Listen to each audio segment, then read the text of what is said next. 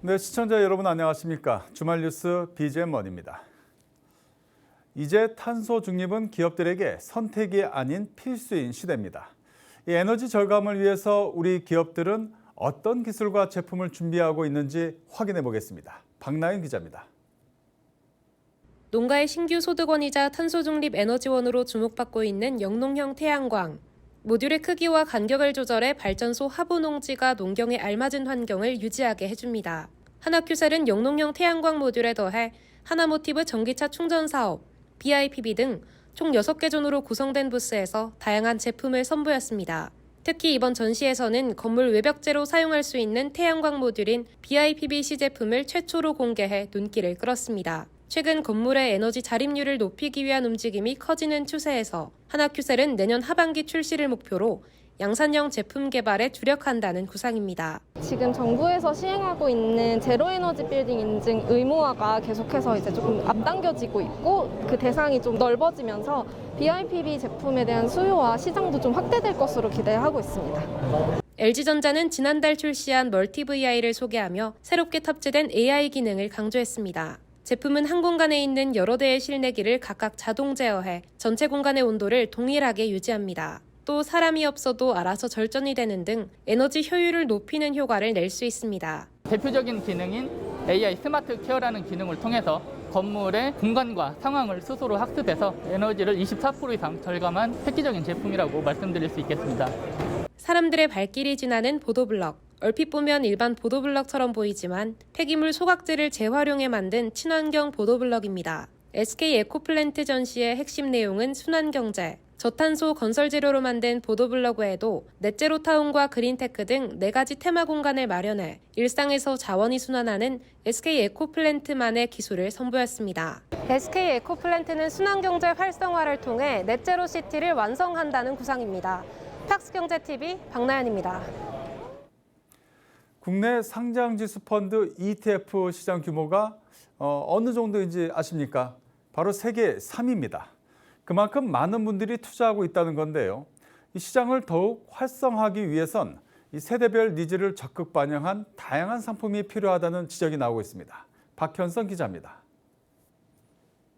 한국거래소에 따르면 상장지수펀드의 종목수는 시장 개설 20년 만에 630여 개를 돌파했습니다. 순 자산 총액은 77조 원에 달합니다. 하루 거래 대금은 3조 원 수준으로 미국과 중국에 이어 세 번째로 높습니다. 거래소는 지난달 31일 국내 상장지수 펀드 시장 개설 20주년을 맞아 시장 현황과 발전 방향을 논의하는 글로벌 ETP 컨퍼런스를 개최했습니다. 이 자리에서 손병두 한국거래소 이사장은 국내 상장지수 상품 시장의 성장을 위해 세대별 맞춤형 상품 개발이 필요하다고 언급했습니다. 세대별로 MZ세대는 적극적이고 유연한 투자를 추구합니다마는 또 우리 베이비 부모 세대는 안정적인 수익을 원하고 있습니다. 세대별로 투자자 니즈에 알맞는 그런 맞춤형으로 다양한 상품 개발이 필요한 때가 아닌가 생각을 합니다. 거래소는 다양한 상품의 공급과 투자 선택폭을 넓히기 위해 제도적인 혁신도 약속했습니다. 우선 액티브 ETF와 그다음에 자산운용 제한을 완화를 해서 자산운용사의 비즈니스 영역을 확대하고 투자 선택의 폭이 넓어지도록 하겠습니다. 고령화 시대에 안정적인 현금 흐름을 창출하는 다양한 인컴형 ETF 상품도 출시하도록 하겠습니다. 거래소가 장기 투자 문화 확립과 연금 계좌를 통한 ETP 투자자 교육 등 다양한 지원을 약속한 만큼 앞으로 국내 ETF 시장이 더욱 성장할 것으로 기대됩니다. 팍스경제TV 박현성입니다. 시중은행의 예적금 금리가 5%를 넘어섰습니다. 은행에 돈이 몰리고 있다는 겁니다.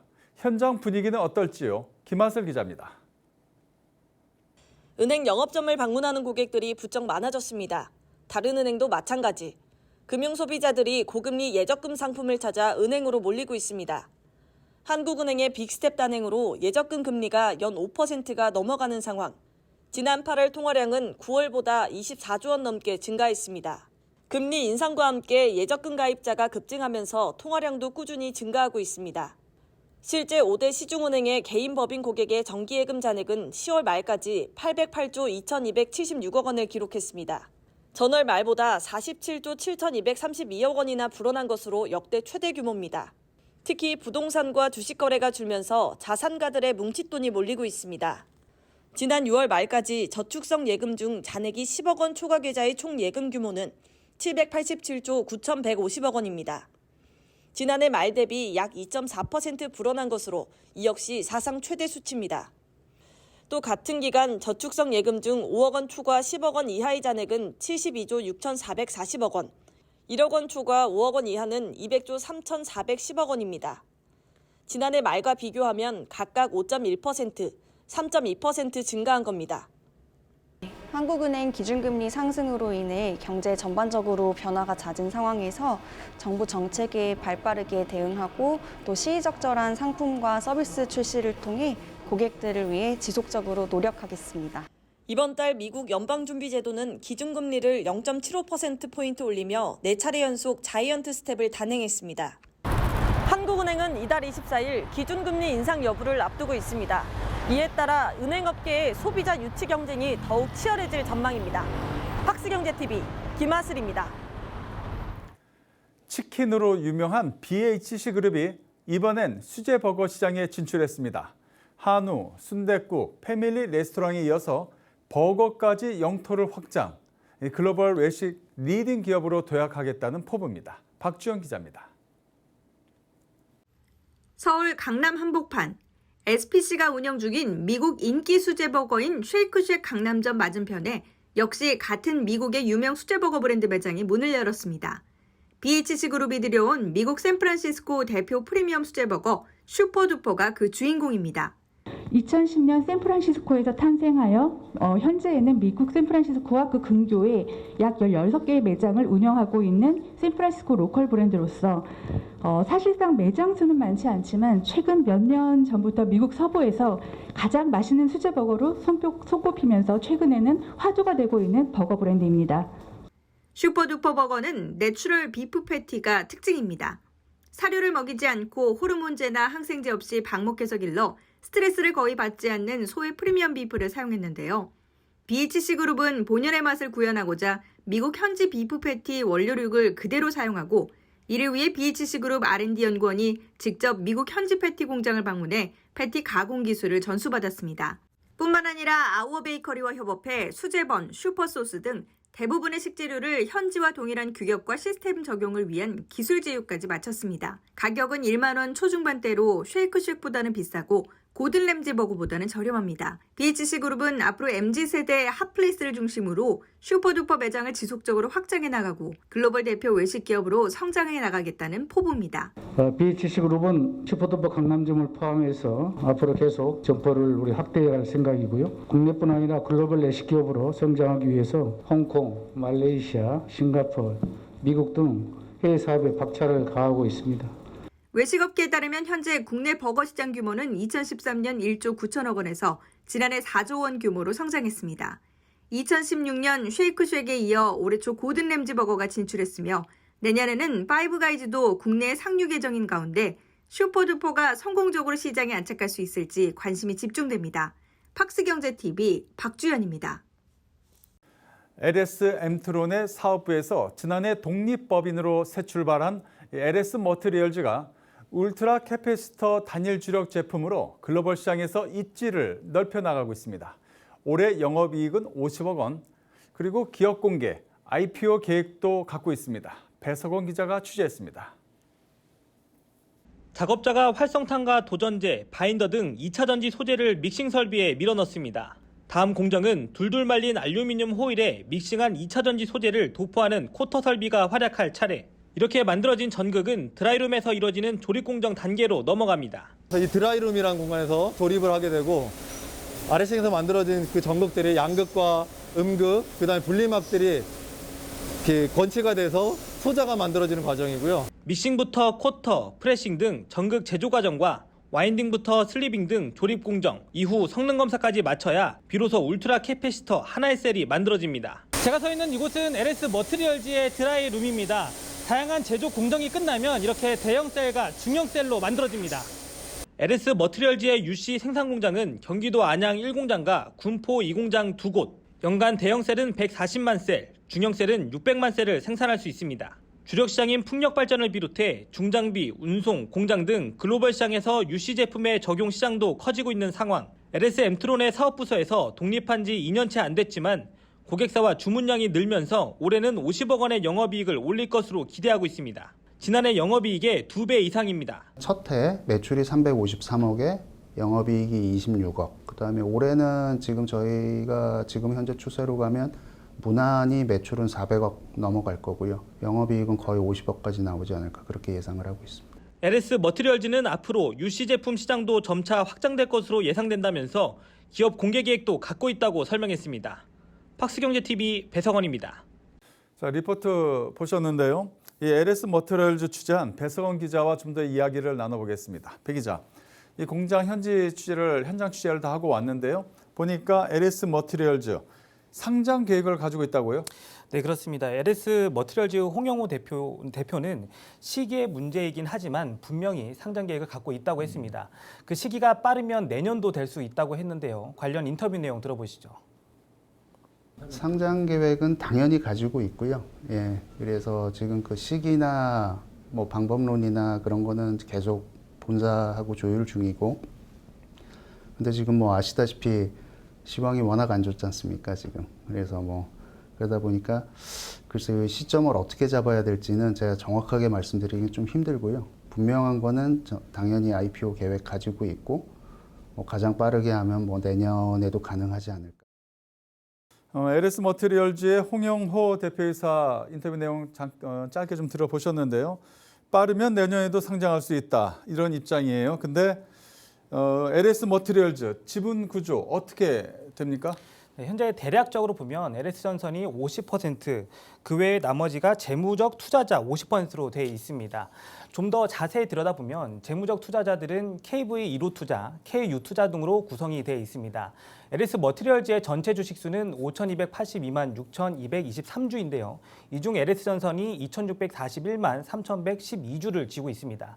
지분율로만 본다면 LS전선이 한 주 차이로 최대 주주 지위를 유지하고 있습니다.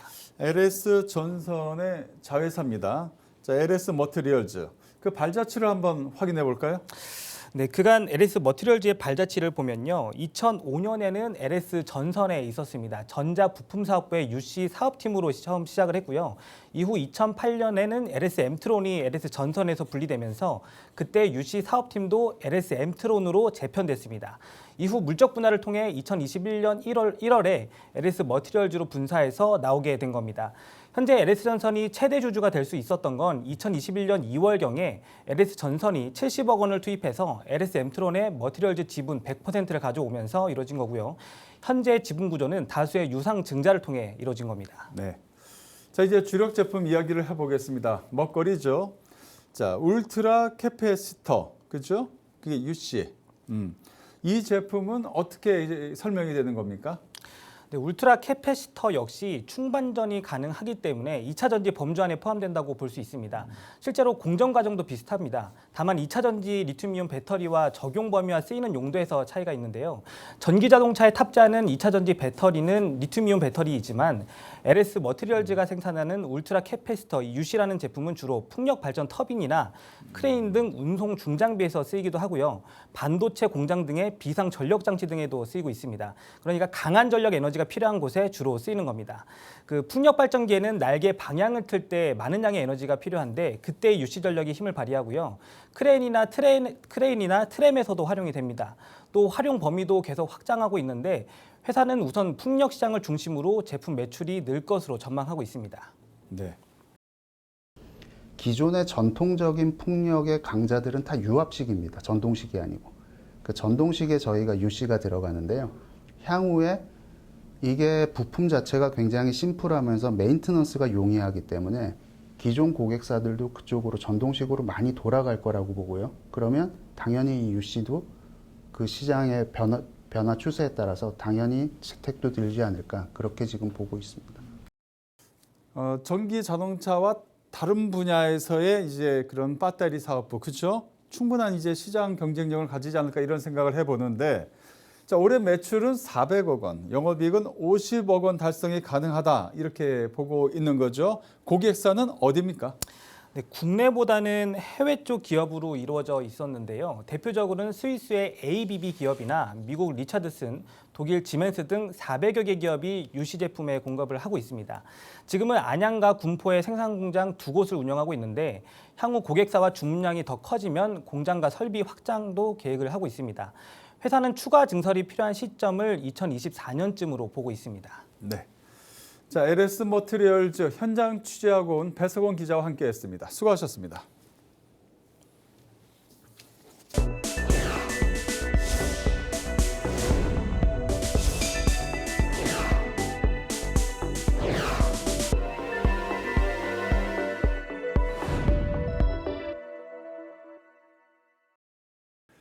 이어서 비즈 초대석입니다. 이 남성들의 말 못할 고민 중 하나가 발기부전과 조루증이라죠.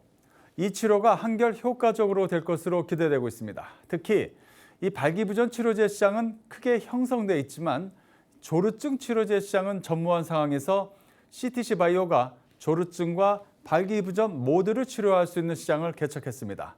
김효선 기자가 김영덕 사장을 만나 자세히 들어봤습니다. 조루 발기부전 복합제 임상 3상에서 유효성과 안전성을 확인하고 연내 식약처 품목 허가 신청에 돌입한 CTC 바이오. 특히 회사는 1, 2년 이내 국내에서 300억에서 400억 원의 매출 확보는 물론 3조 3천억 원으로 형성된 글로벌 시장에도 도전한다는 계획인데요. 김현덕 사장의 자세한 전략 공개합니다.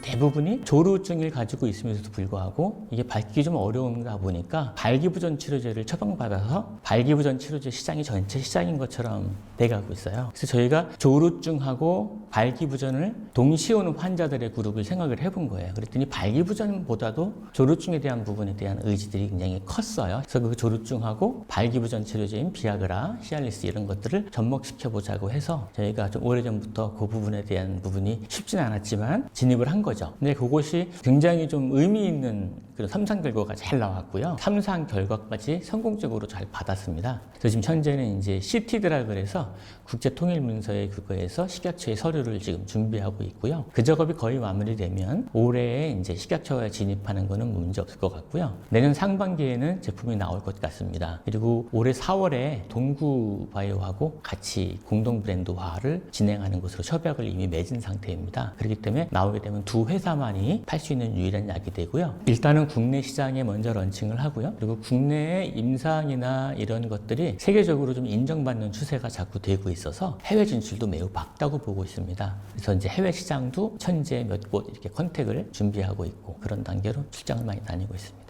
저희가 현재 이제 그 해외 사업소가 미주라든지 일본 그리고 동남아, 북유럽 이렇게 다 갖추고 있습니다. 그래서 이제 일단 그선 쪽하고 같이 논의를 하고 있는 단계이고요. 저희가 나가고 있는 것은 어떤 부분이 먼저 가느냐 늦게 나가냐 이런 전략적인 것보다는 좋은 파트너를 찾는 것입니다. 비아그라가 유명하고 시알리스가 유명한데 비아그라 만드는 회사랑도 파이자랑도 컨택할 의지가 저희는 충분히 있습니다. 지금 발기부전 치료제는 국내가 2천억 정도의 시장을 가지고 있고요. 세계 시장은 약 3조 3천억 정도의 아주 대단한 규모를 가지고 성장 중입니다. 그렇기 때문에 저희가 조루발기 치료제를 가지고 국내에는 한 1, 2년 이내에 한 300억에서 400억 정도의 규모로는 충분히 커갈 수 있을 거라고 보고요. 그것이 기존에 있는 시장과 다른 새로운 시장을 확보하게 되면 그거는 또 다른 또 하나의 그 새로운 해피드러기 시장을 여는 것이기 때문에 기존 시장을 잠식하고 또 그리고 저희가 새로운 제형으로 새로운 부분을 맡아간다면 뭐 500억이든 또는 기존에 있던 2천억에 더 플러스가 될 수 있는 시장을 저희가 가져올 수 있으라고 봐서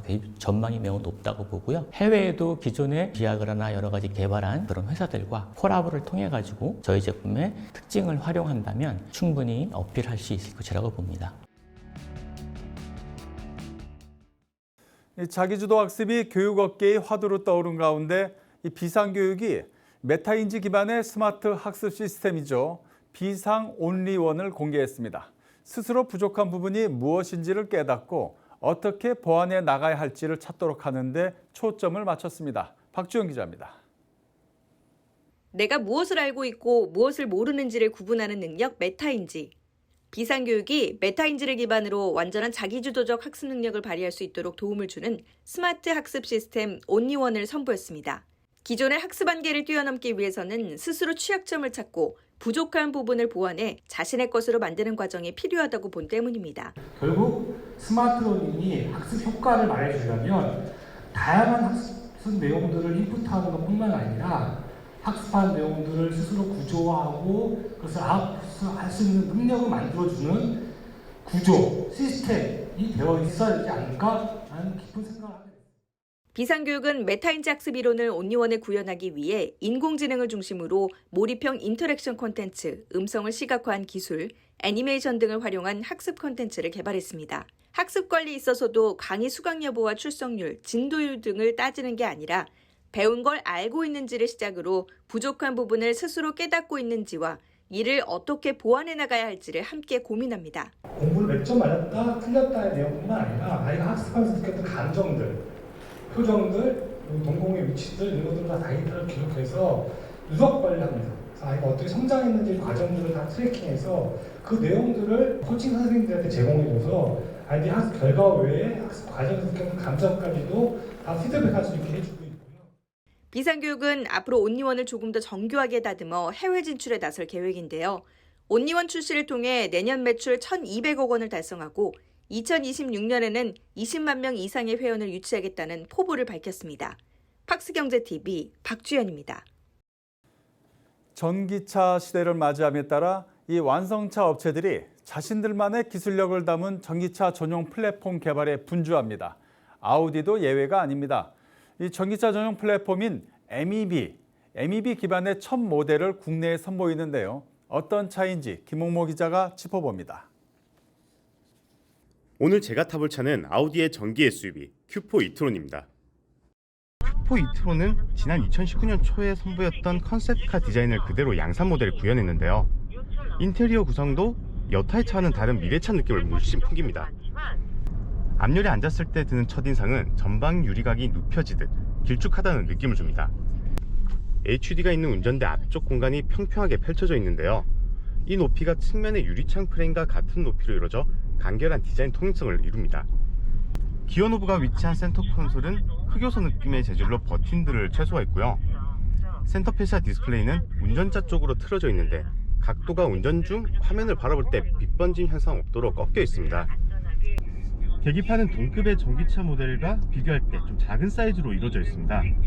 스티어링 휠에 위치한 버튼들은 터치식임과 동시에 감압식으로 인식이 잘 안 될 때의 답답함을 좀 덜었습니다. 이렇듯 탑승자를 위한 세심한 설계가 또 있는데요. 물병 등 음료수를 보관할 때 편히 꺼낼 수 있도록 한 수납 공간도 있습니다. 그리고 제가 지금 앉아있는 곳은 운전석 옆 공간인 보조석인데요. 일렬 공간의 모든 기능과 설계가 운전석에 초점이 맞춰진 만큼 제 앞쪽엔 큼지막한 에어컨 2개가 노려보듯 제 쪽으로 향해 있습니다. Q4 e-tron은 아우디의 첫 번째 컴팩트 세그먼트 순수 전기 모델로 특히 프리미엄 트림 모델에는 국내 최초로 AR 헤드업 디스플레이 기능이 탑재되어 보다 직감적이고 안전하며 편안한 드라이빙을 즐기실 수 있습니다. 전방 그릴을 살펴보면 전기차인 만큼 이제 앞쪽 공간이 막혀 있습니다. 그리고 이 문양이 마치 사슬 갑옷의 사슬 같은 느낌을 주는데요. 이렇듯 전기차는 그릴 부분이 막혀 있는 게 이쪽으로 바람이 들어가서 배터리가 냉각되면 그만큼 주행거리가 짧아지기 때문인데요. Q4 e-tron의 앞쪽에서 특히 살펴볼 곳이 있다면 이쪽에 플라스틱 부분입니다. 이쪽 플라스틱이 단순히 디자인적으로만 있는 게 아니라 이렇게 존재함으로 인해서 바람을 갈라 뒤쪽으로 흐르는 바람을 좀 막아줍니다. 이렇듯 바람을 갈라서 전체적인 주행거리를 늘려주는 디자인은 이제 차체 전체적으로 씌워져 있는데요. 캐릭터 라인을 살펴보면 그냥 밋밋한 민자가 아니라 날렵한 선들이 굉장히 다채롭게 꾸며져 있는 걸 볼 수 있는데요. 특히 측면에서 바라보면 차체 하부 쪽에 큰 굴곡 하나가 있는 게 볼 수 있고, 그리고 뒤쪽으로 이어져 갈수록 약간 좀 꼬아져 있는 형태의 캐릭터 라인이 존재하는 걸 볼 수 있습니다. MEB 플랫폼은 폭스바겐 그룹에서 중형 사이즈 BEV 모델 적용을 위해 개발한 플랫폼으로 향후 아우디의 중소형 전기차의 기본 플랫폼이 될 예정입니다. 긴 휠 베이스와 짧은 프론트 오버행으로 보다 넓은 실내 공간 확보가 가능합니다. 전기차들은 공정 과정에서 사이드 미러를 모두 작게 만들자고 합의를 한 듯 대다수의 모델이 컴팩트한 사이즈를 이루고 있습니다. 특히 현대차의 아이오닉 5, 6는 레고 조각 같은 카메라가 달려있죠. 근데 Q4 e-tron은 사이드 미러가 큼지막한 사이즈로 돼 있어 시야각도 넓고 시원시원해 좋네요. 그리고 Q4 e-tron은 전기차이기에 본넷 아래 공간에 엔진이 없죠. 그래서 그 빈 공간을 확보한 만큼 이 장점을 허투루 버리지 않고 앞바퀴의 선의 각도를 더 크게 벌릴 수 있도록 설계했습니다. 아이온5의 경우 길다란 전장 길이와 좁은 바퀴 선회각으로 인해 좁은 골목길에서 한 번에 돌아 나오기에 힘든 경우가 많아가지고 소비자들의 볼멘 소리가 좀 많았죠. 실생활에서 이런 좁은 길을 다닐 일이 많은 국내에서는 이런 점이 충분한 매력 어필이 될 것으로 보입니다. 박스경제TV 김홍모입니다. 네, 이상으로 BGM 머니를 마칩니다. 다음 주에도 우리 기자들이 발로 뛰는 생생한 현장의 모습 우리 시청자 여러분께 전해드리겠습니다. 고맙습니다.